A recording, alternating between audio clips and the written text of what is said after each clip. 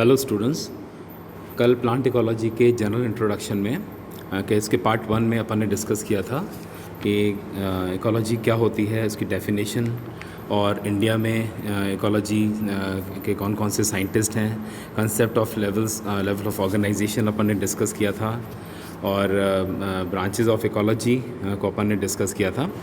आज plant ecology के part 2 में अपन डिस्कस करेंगे सिनिकोलॉजी के बारे में, और अपने डिफरेंट ब्रांचेस जो हैं इकोलॉजी के उसके बारे में डिस्कस करेंगे, और प्लांट इकोलॉजी का स्कोप क्या है उसके बारे में डिस्कस करेंगे। सबसे पहले सिनिकोलॉजी। सिनिकोलॉजी जो है उसको हमने 4 ब्रांचेस में डिवाइड किया है: population ecology, community ecology, biome ecology और इकोसिस्टम इकोलॉजी। सबसे पहले हम लेते हैं पॉपुलेशन इकोलॉजी।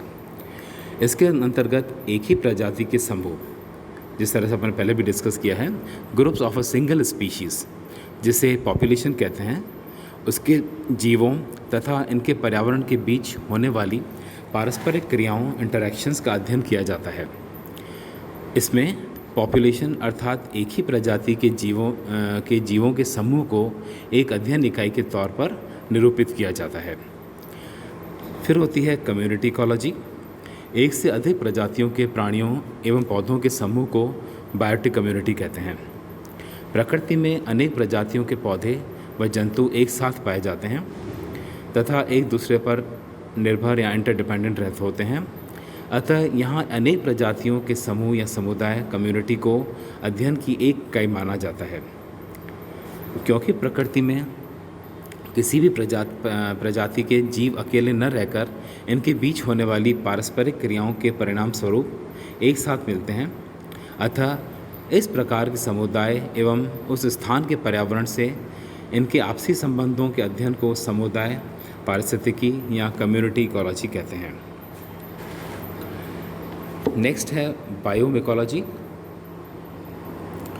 प्रकृति में अनेक जैविक समुदाय अर्थात पादप एवं जंतु समुदाय साथ साथ रहते हैं। एक ही क्षेत्र की समान जलवायु में निवास करने वाले जैव समुदायों को बायोम कहते हैं।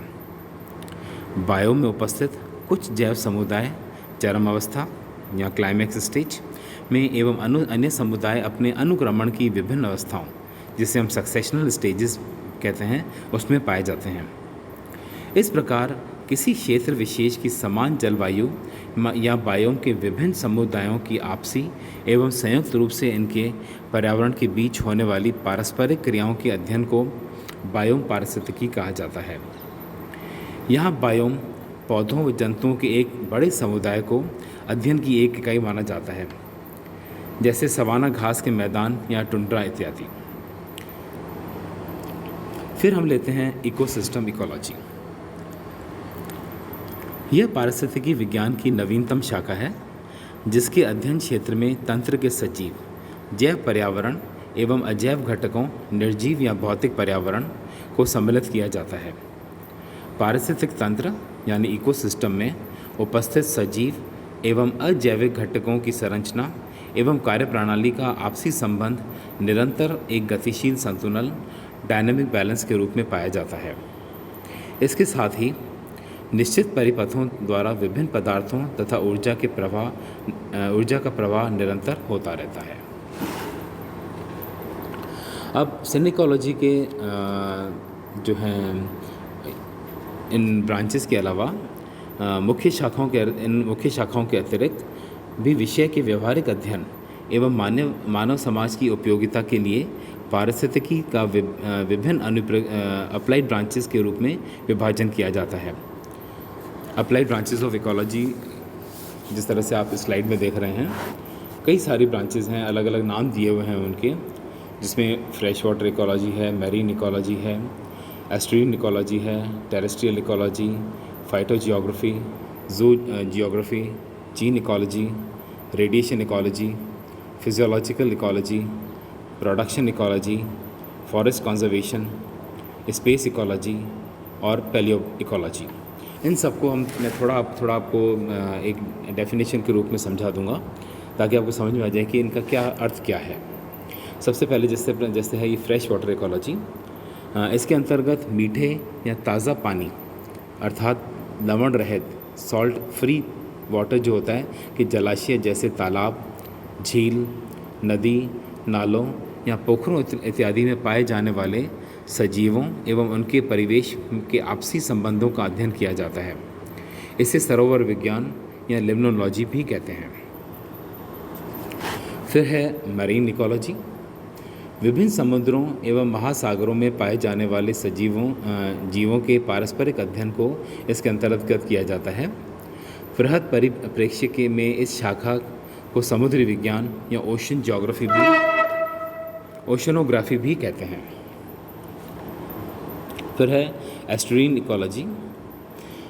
इसमें समुद्रों के आसपास खारे पानी के गड्ढों, जिसे हम एस्ट्रीज कहते हैं, में पाए जाने वाले सजीवों की पारिस्थितिकी का अध्ययन किया जाता है। इसके आसपास जो गड्ढे होते हैं ओशन के आसपास। उसके बाद टेरेस्ट्रियल इकोलॉजी है।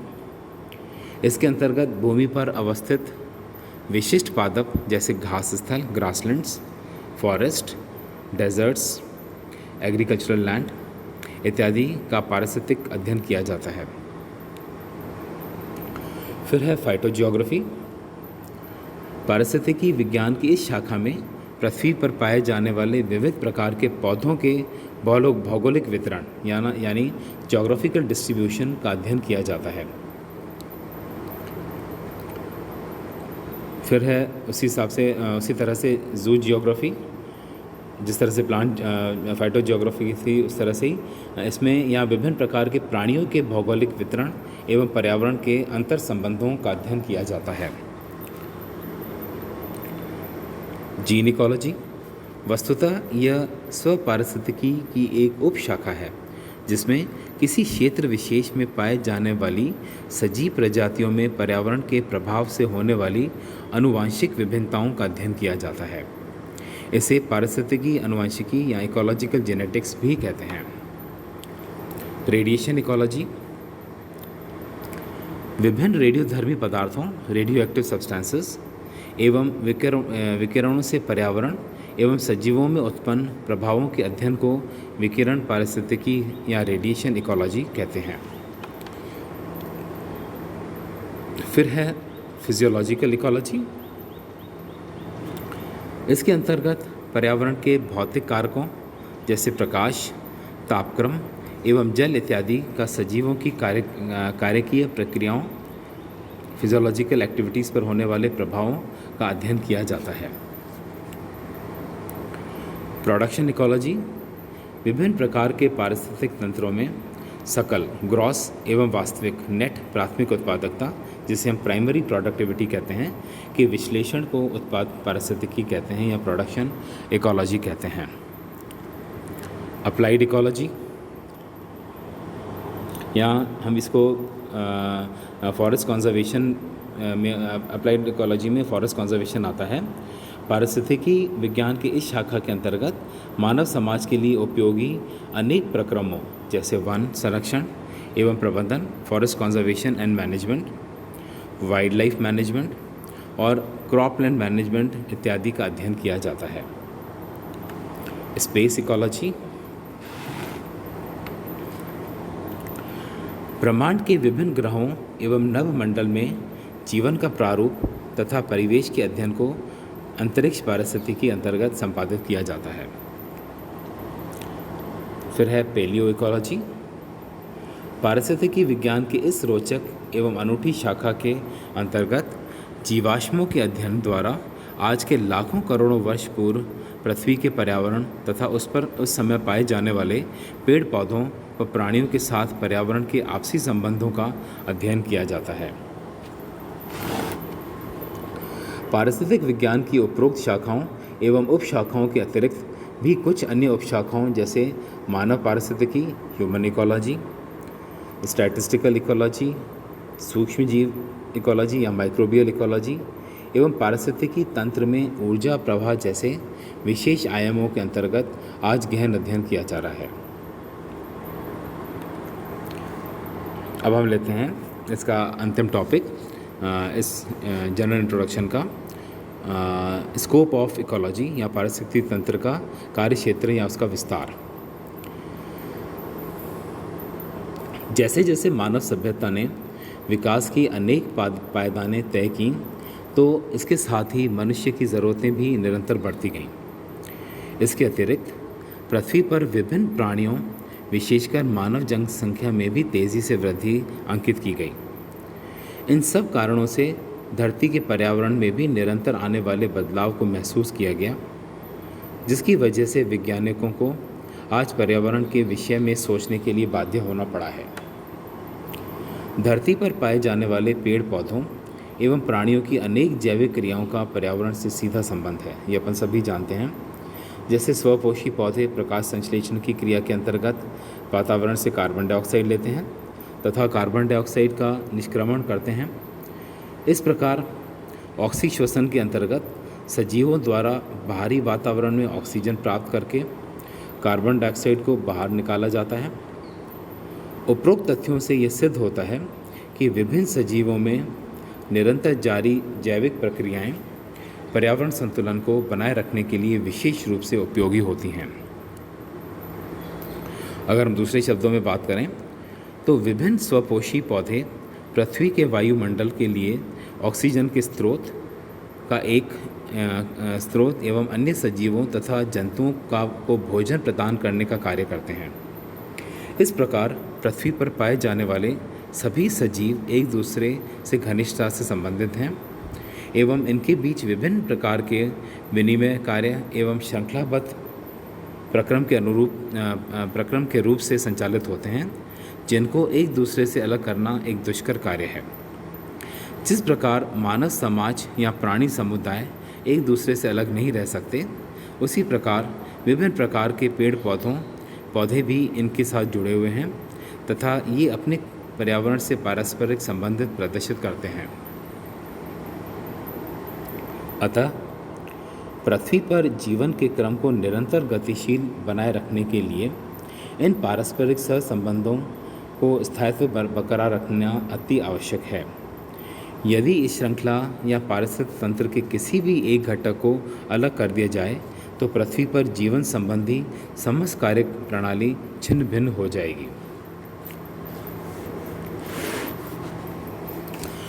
विभिन्न प्रकार के पारिस्थितिक तंत्रों में उपस्थित पौधे अपनी अनेक महत्वपूर्ण जैविक क्रियाओं जैसे कार्बन डाइऑक्साइड की प्राप्ति, परागकण एवं फल तथा बीजों का प्रकीर्णन आदि के लिए प्राणियों पर निर्भर रहते हैं। इसी प्रकार प्राणी भी भोजन प्राप्ति इत्यादि के लिए पौधों पर ही आधारित हैं। इसके साथ पर्यावरण के अनेक भौतिक कारण जैसे जल, वायु, प्रकाश एवं मृदा पेड़ पौधों की प्राणियों दोनों के लिए समान रूप से महत्वपूर्ण हैं। अतः इस संदर्भ को ध्यान में रखते हुए सजीवों एवं पर्यावरण के संबंधों का वैज्ञानिक ढंग से अध्ययन करने इसे और अधिक विकसित किया जाना आवश्यक है। इसी को देखते हुए भारत सरकार एवं अन्य देशों की विभिन्न संस्थाएं आज पर्यावरण संतुलन के प्रति अत्यंत जागरूक एवं संवेदनशील हैं। अंतर्राष्ट्रीय स्तर पर वैज्ञानिकों के अनुसार पर्यावरण को स्वच्छ रखने में पौधों के योगदान को ही सर्वोपरि माना गया है। आज के युग में औद्योगिक विकास के साथ साथ पर्यावरण प्रदूषण की समस्या एक बड़ी चुनौती के रूप में उभर कर सामने आई है। अतः किसी भी स्थान पर नए उद्योग या कारखाने को स्थापित करने से पहले वहाँ के पर्यावरण को स्वच्छ रखने हेतु वैकल्पिक उपाय अपनाए जाने के बारे में विशेष जोर दिया जाने लगा है। यही नहीं, पर्यावरण के विभिन्न कारकों के गहन एवं सुव्यवस्थित अध्ययन के लिए विज्ञान की अन्य शाखाओं जैसे भौतिकी, रसायन, भूगोल एवं भूगर्भ शास्त्र की समुचित जानकारी एवं सहयोग लिया जाना भी आवश्यक है।